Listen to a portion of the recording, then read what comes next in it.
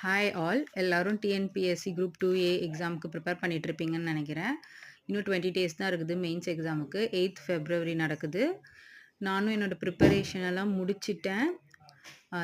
Revision பண்ணுறதுக்கு start பண்ணிட்டேன். Daily 2 ஹவர்ஸ்லேருந்து 3 hours ரீசனிங்கும் 2 hours English பார்க்குறேன். தென் இருக்கிற டைம் பார்த்துட்டு நான் ஜென்ரல் ஸ்டடீஸ் ரிவைஸ் பண்ணுறேன். நான் சிலபஸ் கம்ப்ளீட்டாக முடிக்கல. ஜஸ்ட் ஒரு 40 to 50 ஓவராலாக பார்த்தோன்னா ஒரு 50% தான் முடிச்சிருப்பேன்.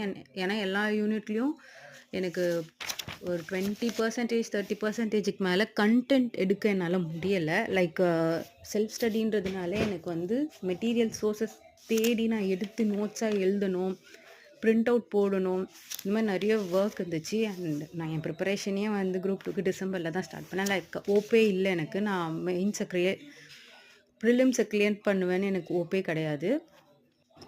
தென் ரிசல்ட்டில் நான் கிளியர் பண்ணிட்டேன்னு தெரிஞ்ச உடனே நான் ஸ்டார்ட் பண்ணிட்டேன்.